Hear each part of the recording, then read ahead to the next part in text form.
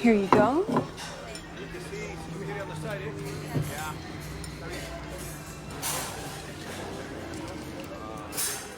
Hey everybody, this is Vince Gilligan, creator of Breaking Bad. Bryan Cranston. RJ Mitte. Michael Slovis, the director. And Dennis Milliken, transportation captain. Which is to say, head teamster.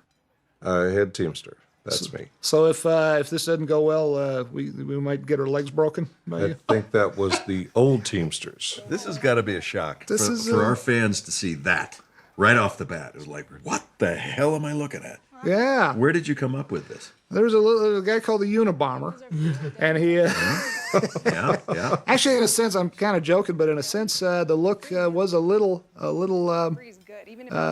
inspired, perhaps, by Ted Kaczynski. Was that the man's name? Yeah. Who is currently incarcerated, and probably for the best. Who just wanted to blow a bunch of folks up. Yeah, this teaser does indeed beg a lot of questions, does it not? What in the world's going on here? And we know it's at least a year in the future because it's Walt's 52nd birthday, and of course we started off our pilot, first act of our pilot rather, with Walt's 50th birthday.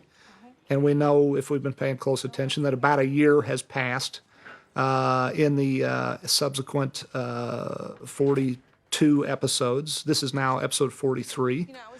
And so yeah, a lot of... I think the idea here, in a nutshell, is to beg a lot of questions from the audience and have them say, "What in the heck is going on?" Yeah, they learn so much, and that they don't know what to do with that information. And I have a new name. I'm from a different state. I look different. All these things are happening, and yet, how do they process that? Exactly. And we are lucky to have our wonderful director of photography, Michael Slovis, also direct this episode. And this is the Denny's we were in at the beginning of last season. And Michael, you were the DP the last time we were at the Denny's. Now you're the director this time. It was the first day of production on season 4 that we were at the Denny's, and now it's the first day of production on season 5. Indeed, and we went in there on the scout thinking it would be the same, right? And lo and behold, they had renovated the whole place. That's right. Is that right? Yes. They renovated the whole Denny's. This won't wind up crossing the border. This is a practical location. This is the actual bathroom in the Denny's there that we shot in, and it worked perfectly. We did change the mirrors out because I do believe they had one big mirror in the front there, and we had to be able to gimbal or move the mirrors, angle the mirrors so that we wouldn't be able to see our camera, which is hidden right in that space between the two Dab in the mirrors. middle. Yep. Yeah. The wonderful Jim Beaver, of course, Yeah. playing... The gun dealer. playing Lawson. Lawson's his character's name. Great actor. That's a great angle there, Michael. Is that on the way out, or is that... Or Yeah, is it- or- that's legitimate. Yeah, that's the way out of the bathroom area. Gotcha. And I like the little changing table behind them. Changing table's good. The young woman who played the local actress in Albuquerque named Monique Candelaria, who did a wonderful job playing the waitress here. She's excellent. Yeah, obviously a very good waitress. If you're Very good ever waitress. seen her. Big tipper. Yeah. And this is one Lewis. This is Lewis's car, right? Louis Lanny's car, yes. Our second AD. Yeah. Now, did you select this car because it's a Volvo and related it back to Gus's character?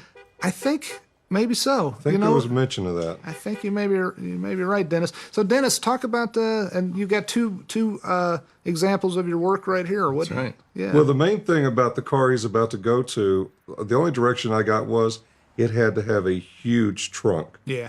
Because you had the mother of all guns in the trunk. Right. So, aside from running the transportation on the show, talk about a little bit that what happens there, and also, and then you pick picture cars.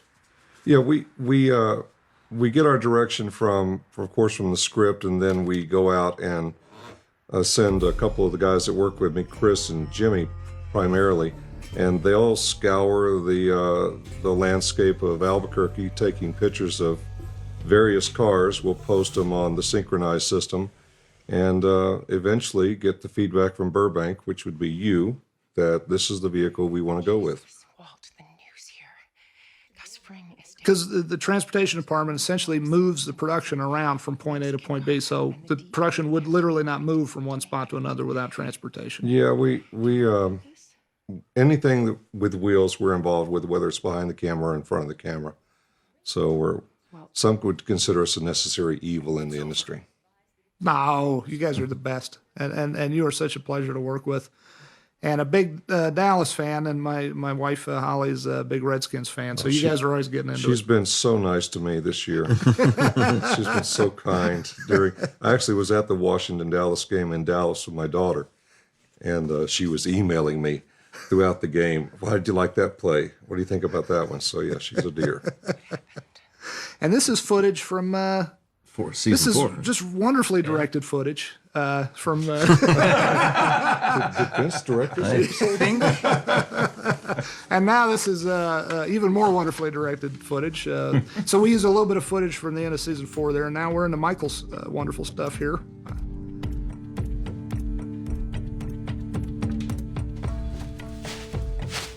Hey, how big a deal is it to make sure that everything looks the same? This is a year apart or 6 months apart, but you got to have the same shirt and the same Band-Aid cocked at the same angle. Well, we have a great crew that keeps track of all these things, from our hair and makeup and continuity, our great art department and props, setting the props exactly the way they were when we last saw them. Right. Take copious pictures to make sure that we're accurate. Which in this show particularly is a very important job, because we can move very quickly, or we can have a couple of episodes that go over just 1 or 2 days. So it can be anything. This dimple pinch here is a little shout out to Holly's dad, Henry Jaycox, who loved this particular scotch. That's why I picked the dimple pinch. Yeah, it's good stuff. It was tasty. Yeah. Wait a minute.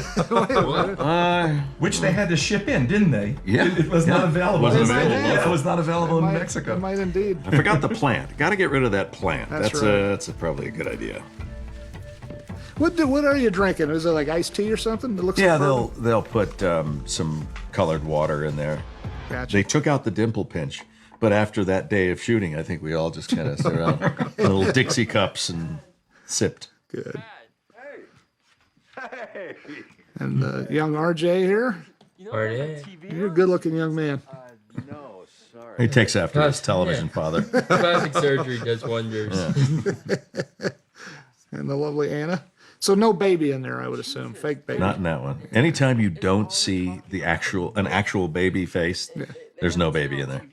See, and I don't like that. I think just for reality, there should always be a baby in there. Yeah. Sure. You know damn well. Just kidding. Oh, it could be a production nightmare. Oh, it wouldn't. Yeah. It often has been with the real ones, because they don't take direction well sometimes. Yeah, a little cranky after a while. So what was it like, RJ, coming back after some time off and It was interesting. It was this was actually my first break that I really didn't do anything but sleep. That's why he grew another 4 inches. I was in hibernation for about 6 months. That's right. It was exciting. I love coming back, and I love filming with y'all. Y'all are it's been almost 6 years, and y'all are like family. It's exciting to see everyone. It's been 6 years, and you have grown about 6 inches in 6 years. You have to bend way over more on those crutches. Have you gotten new crutches? Have they adjusted them? These are adjustable, but I've changed them. They're fine the way that they are. Gotcha. And the bending over helps. I don't want to. Yeah. Michael, when Stand you're up 2 feet directing, you have a different cinematographer come in and shoot for you. Yes. And are you tempted to step over and adjust or change or suggest anything in the world that you were so familiar with? What a great question. And if you could see Vince, he's smiling big right now. And the answer is, with very few exceptions, I very happily hand over the reins to other people. It's just great. But especially on our show, because I love working with the actors so much. It's a full-time job. I mean, as all of the people that are here that have directed on this show know, when you direct a show like this, you are inundated with questions. Morning, noon, and night, there's just no stopping them. They come all the time. So to be able to to influence both the photography and the directing is just not really possible. And who was the DP on this? Marshall Adams, who did just a wonderful job. Beautiful work. Marshall's a real artist and wonderful work. And as we'll see later on, the challenges were considerable on this episode. Well, that's a tough set of shoes to fill coming in behind Mr. Slovis here. This who is a genius director of photography. You're just an artist with, is always the thing about television cinematography versus film cinematography is it's like that old thing about Grace Kelly, not Grace Kelly. Who was the Fred Astaire and Ginger Rogers. Ginger Rogers always had to do everything Fred Astaire did except backwards and in high heels. All right. You have to make this show look as good. We set a high bar here. Michael sets a high bar, and I expect a lot from the look of this show because he's been so wonderful at giving us such great work. And you got to make it look as good as a film that has 10 times the amount of time. That's a beautiful angle. That's a beautiful angle right there, yeah. But you got to make it look beautiful, but you got to do it fast. So in television cinematography, often you either get it fast or you get it good. But Michael is able to give it both fast and good, and that is a real rarity. And I think Marshall as well. Marshall, handpicked by Michael on this. You're very, very kind. But it's mostly because of the encouragement that we get to do it, and we are allowed to do it, that we've yielded such what I think is a very honest look for the show. What I love about how this show plays out, the stories, like we don't really know where we are right now at this moment. And then all of a sudden we kind of do, and you start picking it like, oh my God. I love this. The superlab. The superlab. I love this too. We could do 30 minutes just talking about this place, which we won't. But this, just in a nutshell, this is a marvelous recreation of the superlab designed by Mark Freeborn and built by W. Gilpin and his crew. And the superlab did not exist. And the ceiling, by the way, is completely digitally created. Yeah. It's not there. It's not there. Yeah. But there's 3 walls to this superlab set. And that was the most expensive set we've ever had throughout the life of the show, and it had to be recreated in a low budget fashion. Wonderfully done, wonderfully done. And we talked a lot about it in pre-production. We decided how much of it we were going to see, and literally those wide shots are edge to edge on that set. Yeah. That's exactly what we built. Yeah. Because every wall you put up is another X number of tens of thousands of dollars. So you put up the bare minimum that you need that you can get away with. So they put up our superlab set, and then stripped it of all of its. No. metal. They had to recreate Recreated it from whole cloth because it had been scrapped in the intervening. Because It was? I believe that is Michael. Yeah. Is that yeah. Oh my God, I didn't know that. I know that there were elements of it that were left, but like the big steel structures and all that stuff that I know. Yeah. But yes, this was an extremely expensive venture. Yeah. For one scene. Yeah. It even said so in the script. Yeah, it did. Yeah. I knew I was going to get plenty of shit from the folks I answer to money wise, but I had to put it in. I had to put it in writing. I know this is expensive, but you can't not have Hank Schrader at the site of the Ark of the Covenant, the thing he's been looking for, the Holy Grail, the thing he's been looking for years. You can't not have him visit it. So the day we went to shoot this scene the first time, this entire area was covered in about 6 or 8 inches of snow. Jesus. And we had to pack up and head back to the studio. Wonderful Jonathan Banks here. This is not surprising. It looks like it's in the middle of nowhere. It's surprisingly close to our studio, is it not? It's Gustavo.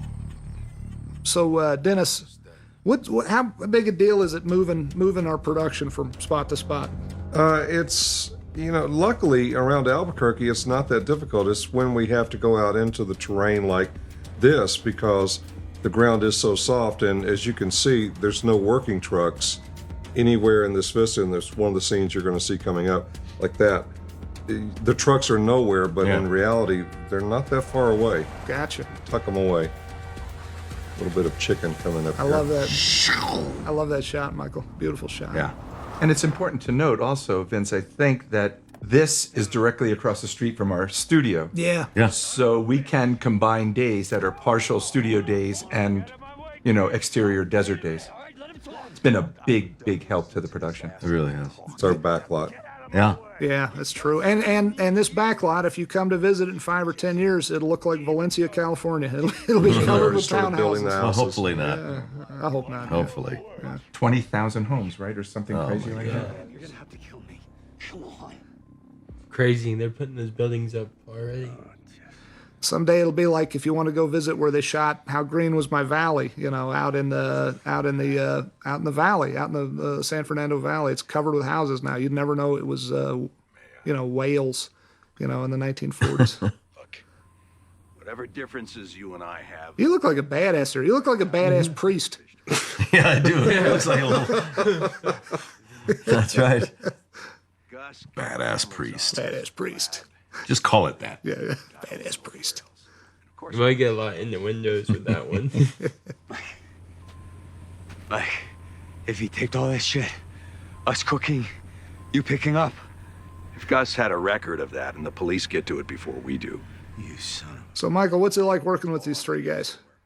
Directing them. Oh my God, it's just a constant Where did he keep discovery. No,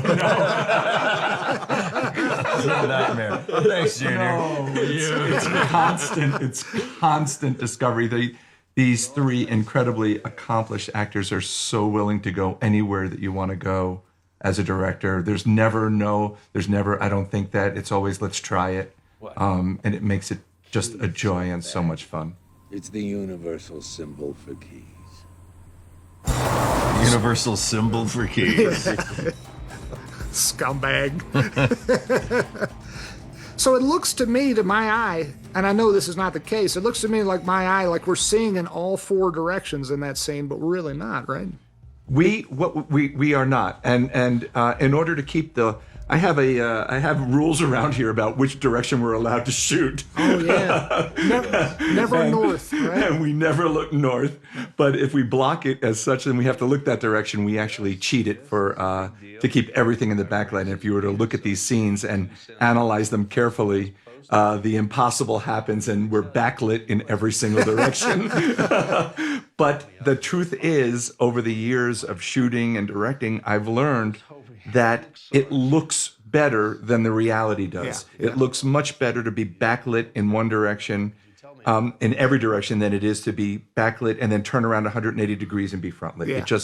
It just looks much better, and it cuts better too. Yeah, it's true. I don't know if you've discovered that as you've been cutting I stuff. have never, I don't know that I've thought about it actively. I don't know that I think about it at all in the editing room, which is great. You don't want to think about stuff like that. I know as a viewer, I don't think about it watching it. I never realized that until now. Yeah. It's interesting, isn't it? Yeah. Let's keep it that way. Good. Yeah. I love this scene. I love the way you guys played this scene out. I love there's this wonderful oneer you got coming up that is just marvelous. Just with the 50-50 with Bryan and Jonathan in the foreground and Jesse in the background. He keeps trying to say, what about a magnet? What about a magnet?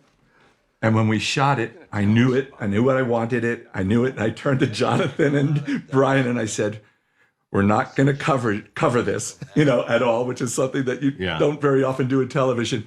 And from them, I got the two biggest shit-eating grins. Yes, we'll go there.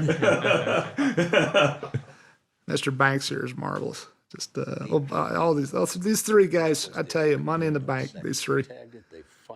I love this scene though. I love almost every scene that y'all are in with.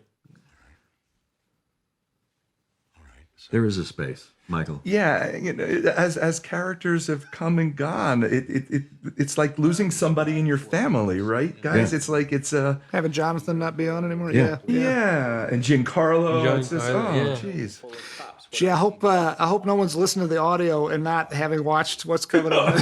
I got to figure if they've got the discs, they've By seen it now, all, they're going to watch the show first and then. Spoiler alert. Yeah. chance. You look. That laptop might as well. You know what I miss? I miss the Band-Aid. Speaking of talking ahead to spoilers, or I miss the Band-Aid on your nose there. It's kind of cool. It is badass. Yeah. We kept it as long as We have humanly could. a different Band-Aid in some other place. Yeah. on your left buttock. It's a big Band-Aid. Who said that we have to get it out of there? They're going to fold into that shot right now. We just need Yeah. That great oneer. Oh, so now you want to blow up a police station? I don't believe I said that, no. Nursing home full of Yeah, here it is. Here we go. your appetite. Now you want to kill a bunch of cops.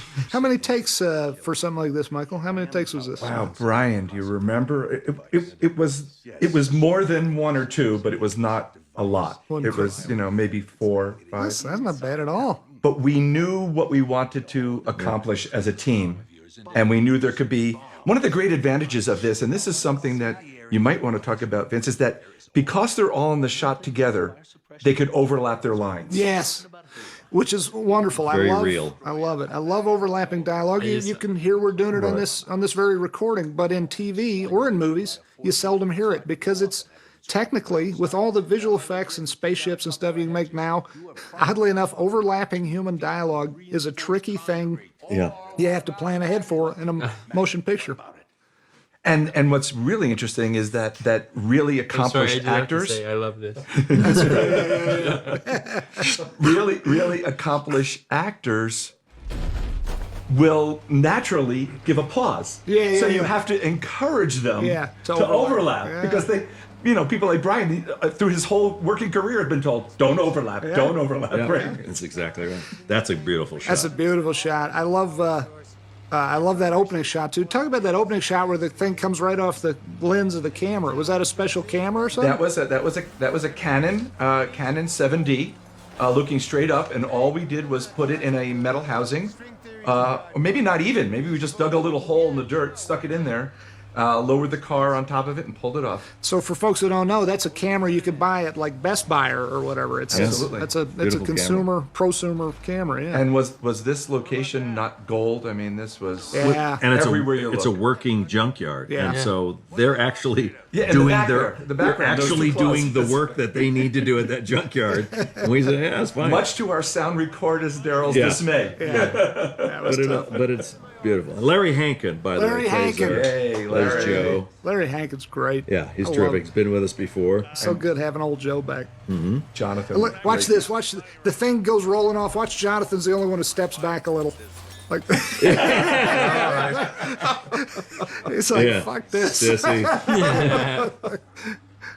I love that. We had to use that. We had to make sure we had use that bit where because the car was not supposed to go rolling off at that point. No. And we also were not allowed to have people near that crane without safeties on the cars, which was a whole nother dilemma because anytime our actors were near that, the cars had to be safetied onto that crane. So there is a great distance between the actors and where it was actually using the magnet to pick up the cars and drop them down. Yeah. What does that mean? Safety. We had chains going through the cars onto the crane In that case there the was magnet failed. If the magnet failed for any reason. What is this word safety? Word safety you bandy about. Television is not safe. Now, Dennis, did you have to find the cars that were wrecked there, or The ones that were hoisted up, you had to select them. Okay. So yes, we had to pick those specific ones, and then the truck that they're using.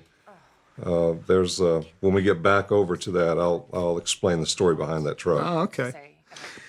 This set is actually on our stages at Albuquerque Studios, and Dennis, through big elephant doors, rolls in this car in back of Skylar's window there. Yeah, we have to prep the cars, have to take the fuel out, tape up the gas tank, disconnect the batteries that the fire marshal requires us. It's that safety thing you just That mentioned. safety thing. Good that you got, Lord. that pain in the ass. What a pain in the ass. So seriously, every time, because we're shooting essentially in a building inside a building. This is a fake set of a building, and we're inside a giant soundstage. So every time you bring a car in, you got to take the gas out. You got to say that Yes, again? you have to prepare the car for the with the standards that the fire marshal has, and every place you film, whether it's here or in Los Angeles, they have the similar rules. How big a deal is it draining a gas? What do you do? How do you do that? Siphon. Just drive it around a lot. Yeah, they siphon it out, or like we did last night when we filmed the scenes last night. We picked crew cars that were almost out of gas. Oh. And then, of course, as our pay back to them, we'd put gas in their car. Oh, well, that's a good deal. There you go. And sometimes you have to get multiples of cars, right? So they may pick an unusual Yeah, like to car. borrow my car. Speaking of our crew, Big Todd.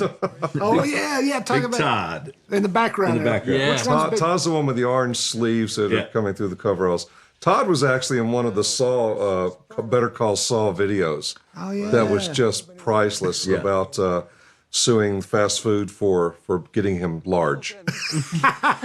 So Todd's one of your Teamsters. Todd's, yes, Todd's In the one of the orange drivers. sleeves there, one of the drivers. Yeah. Now, it was cold that morning, and it started to snow at one time. Do you remember? No. Yeah, this was in this was in March. Really? Yeah, and it actually stared snowing at that time. Well, this And- is also right outside the same yard that we were shooting in before. exactly. And a train found its way onto that track. Oh, yes, that's right. All of a sudden, nothing's matching. A train was there. It was Jesus. like, what? How do you move a train? Oh god. Well, that shot that you saw inside, from inside looking out, we actually had to go back and reshoot because the train had either pulled in or Yes. pulled out. I don't remember exactly The what train it was. Yes. pulled in Yes. and parked itself, and that was it. You're not moving it. It Jesus. was like, oh my God.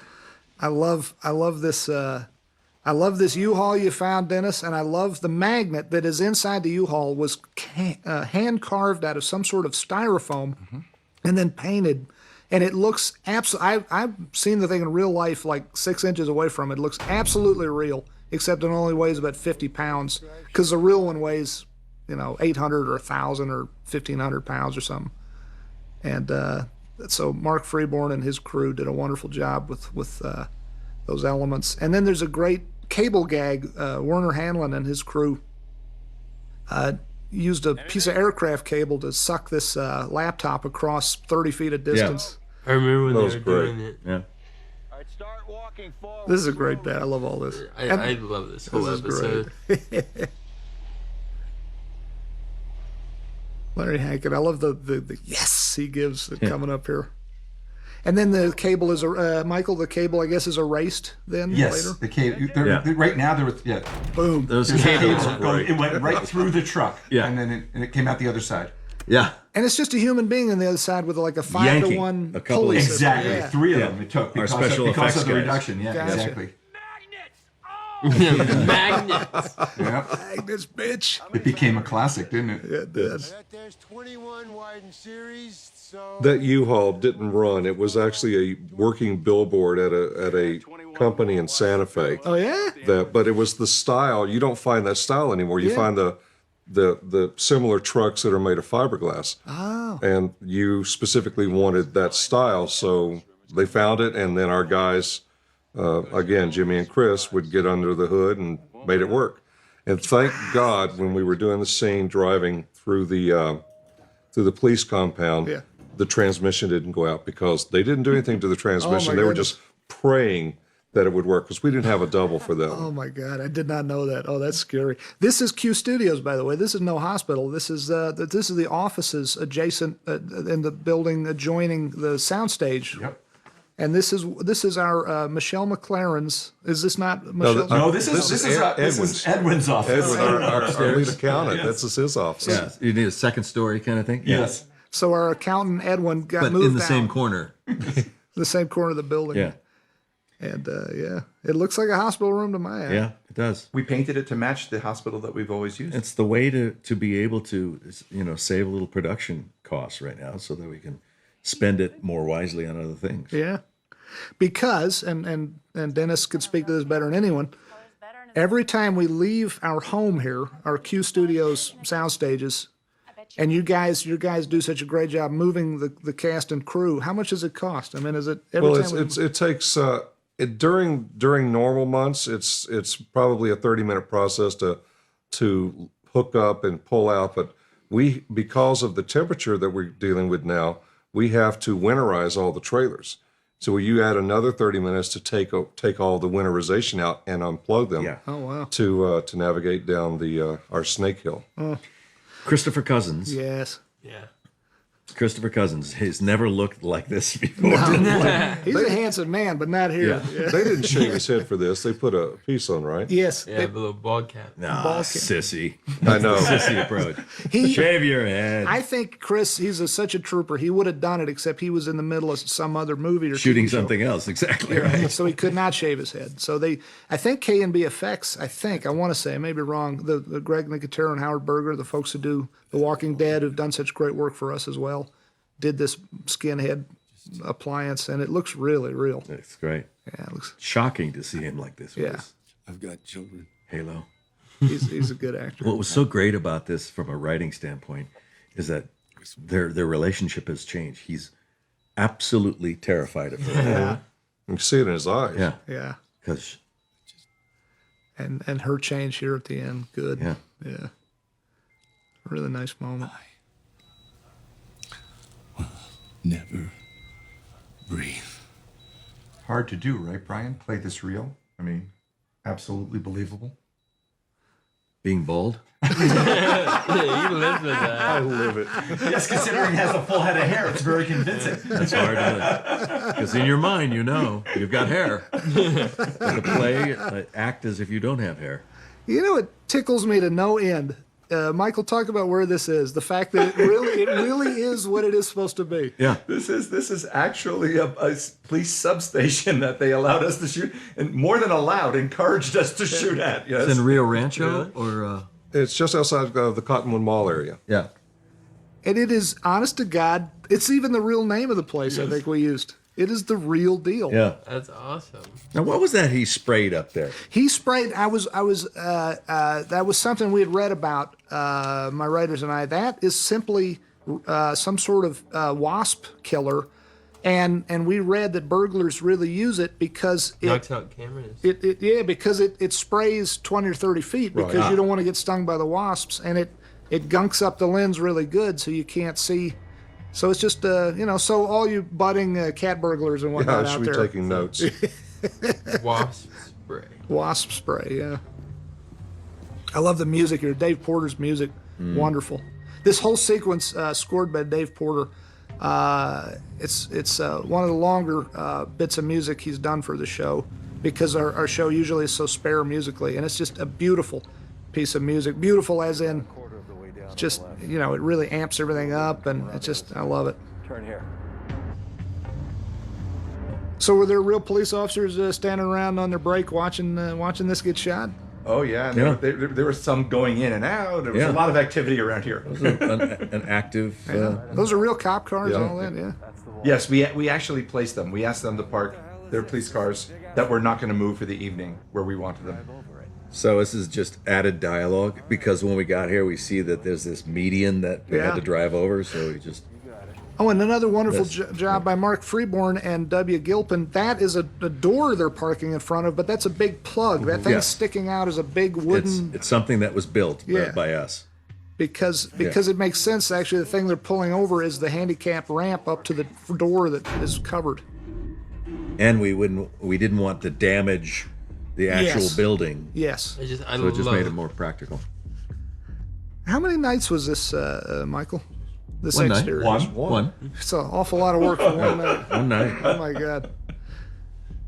But this is on our stage. The interior's on the stage, and I love the way you'll see these inside the evidence room, how everything started to lean and the lights in the ceiling. That's it was just great effect. Effects did a great job on that. This is something that Vince and I talked about very early, is having this be a slow burn, having a story just within this room. This is the best right here. Oh yeah. It's like everything seems right, seems calm. And that is a CG paperclip. That paperclip does not exist in the real world. No kidding. Honest to God. We tried to do it with a real one. We shot it, but we also shot a plate. This is just. I love all this slow stuff. This is where it all works. So a lot of that stuff done practically with fish line and whatnot, and then the fish line erased later. And then erased out of the picture. This thing had fish line on it.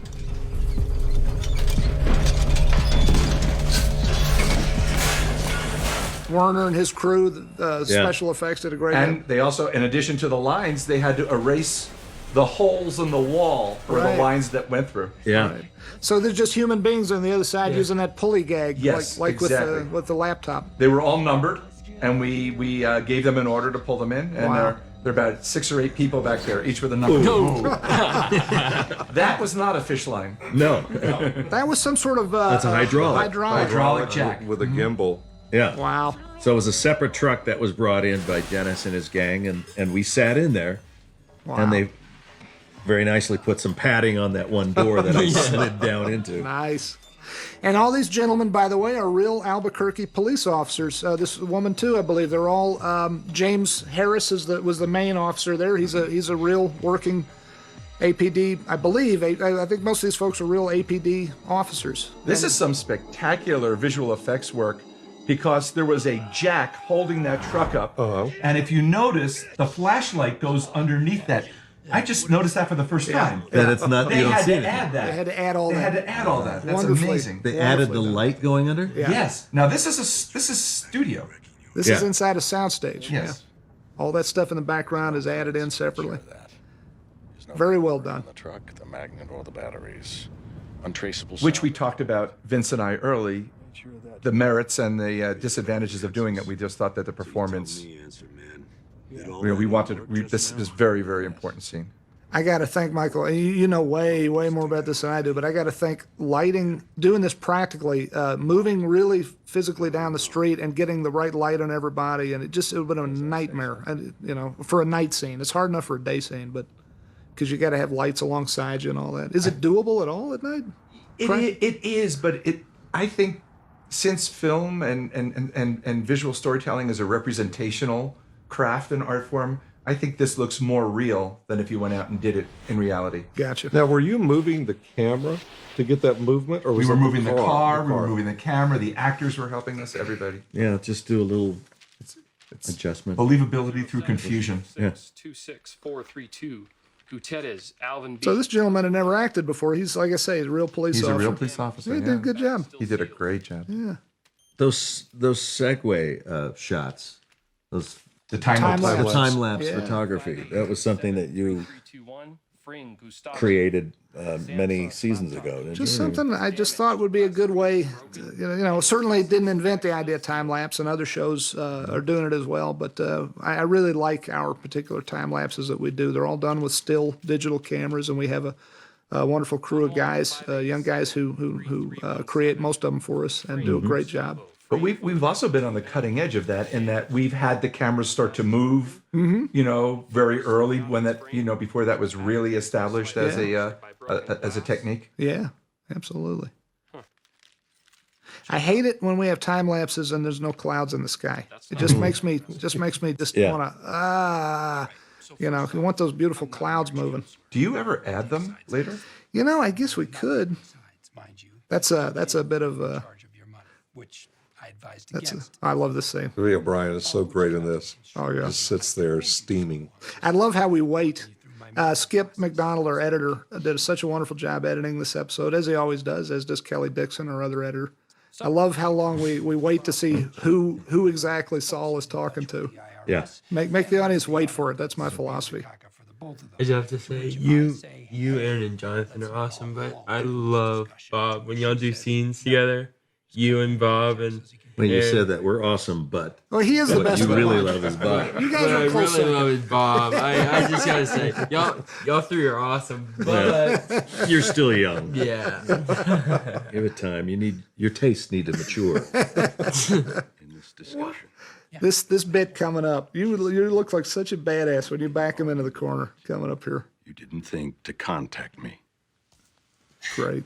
This is a fun scene. How long does a scene like this take to shoot, Michael? How long did this one take, you think? Well, this is probably about 3 pages, right? So we come in and we rehearse for 20 minutes to a half an hour, maybe Privately somewhere around there. first. Privately, yes, so that we create the scene, and then we bring in the crew and we show them what the blocking is, and the technical people take over, they light, and then depending on how many, because on our show, Vince, we can have a 3-page scene could be anywhere from 1 shot to That's true. 10, 15 shots. But on average, I think they would probably give us 3 to 4 hours, 4 hours, somewhere about this. Wow. And this is actually a set on our soundstage as well. Yeah. And you work for me. Yeah, well, Clarence Darrow never Something that you like wrote earlier on for something. after the demise of Gus was that Okay. Walt I is put my somehow ass on the line for you. gaining, some of his tendencies, and that's why I didn't want to move Yeah. in this whole scene. I just wanted to sit there patiently while he's gesturing Yeah. and figuring and It's very doing easy. a dance. Wonderfully acted, wonderfully played, and you don't even need the sound on to know who's got the power in this scene. Right, There's right. just no question about it. And get the hell out of here. You and me, we're done. I love how you play this bit here. I love this. Yeah, that's great. This is awesome.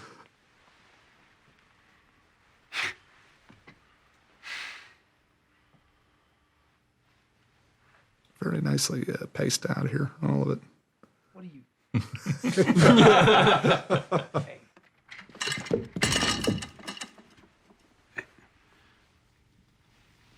We're done when I say we're done. That's a badass right there. Yes. That's a badass talking. And this is another point where we never even, even really- debated going singles. We Yeah, just, yeah. I Oh, just yeah. always wanted to have them in front of that We the People, and Oh, it's yeah. just- Yeah. Absolutely no reason for singles there. Absolutely not. I love the silhouette there, Walt's entrance. Again, that outside is inside. That's the sound stage. And Yeah. the exterior is sound stage as well.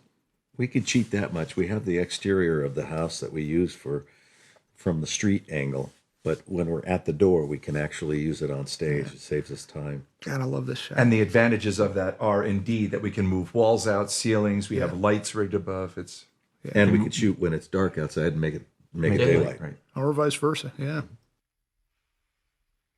Is that the real baby there?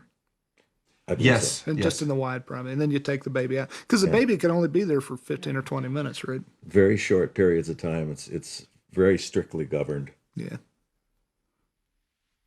So that's why we have many, many, many babies playing the part of Baby Holly. You're so fucking creepy in this scene. I want to make love to my wife. You're such a loving and caring. Look, she's getting into it, right? You can feel her body language really loosening up and getting into it. I love that shitty watch. See, look how much she's into it. She's so happy.